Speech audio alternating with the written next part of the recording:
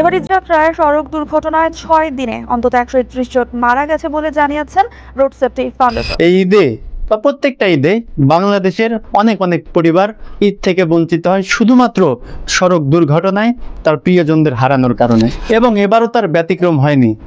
গত দিন পর্যন্ত শেষ সংবাদ পাওয়া পর্যন্ত 6 দিনে 131 জনের বেশি প্রাণহানি ঘটেছে। একবার ভাবুন তো, আপনি নিজের বাড়ি ছেড়ে দূরে কোথাও চাকরি করেন, বাড়িতে ফিরছেন ঈদের সময়, আপনার বাড়িতে আপনার পরিবার অনেক খুশি, আপনার বাড়িতে ফেরা নেই, বাড়িতে রান্না হচ্ছে, বাচ্চা কাচ্চারা অধীর অপেক্ষায় আপনার জন্য অপেক্ষা করছে, কিন্তু রাস্তার মধ্যে কোনো একটা সড়ক দুর্ঘটনায় আপনি মারা গেলেন, তখন আপনার পরিবারের কি অবস্থা হবে?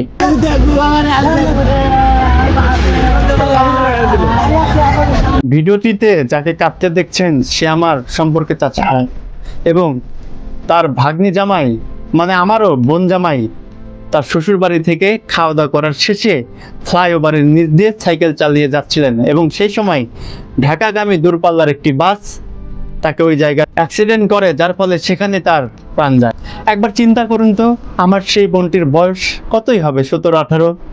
এই বয়সে যিনি তার স্বামী হারালেন, বা এই ঈদে যে 131 জনের কথা আমি বললাম, তার পরিবারের কেউ না কেউ তো এই শোকটা সারা জীবনই বইতে হবে। বন্ধুরা, আমরা সবাই জানি, ন্যূনতম কমন সেন্স যাদের আছে তারাও এটা জানে, ফ্লাইওভার বানানো হয়েছে দূরপাল্লার বাস অথবা ট্রাককে উপর দিয়ে পাস করে ঢাকাগামী অথবা যে কোনো শহরে যাবে সেখানে যাওয়ার জন্য।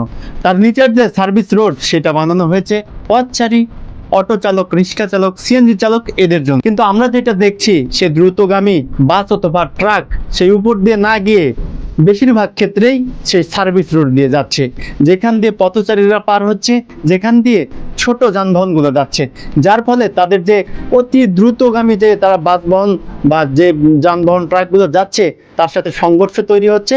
সেই পথচারী, সেই সিএনজিতে থাকা লোকজন বা যে কেউ আমার সেই বোন জামাইয়ের মতো নিহত হচ্ছে। যে বাস চালকটি জোরে গাড়ি চালাচ্ছে বা অন্যর জীবনের পরোয়া না করে শুধুমাত্র কিছুটা সময়ের অতি দ্রুত যাওয়ার জন্য, নিজের ভাড়াটা নেওয়ার জন্য যারা এইভাবে মানুষের জীবনকে বিপদের মুখে ঠেলে দিচ্ছে, তারা কি মানুষ নাকি মানুষরূপী হায়ানা বা পশু? এই প্রশ্নটা আমি আপনাদের সামনে রেখে গেলাম। সর্বোপরি বাংলাদেশের সরকারের কাছে এতটুকুই দাবি থাকবে, বাংলাদেশের ট্রাফিক আইনগুলো আপনারা ভালোভাবে মেনটেন করার চেষ্টা করুন।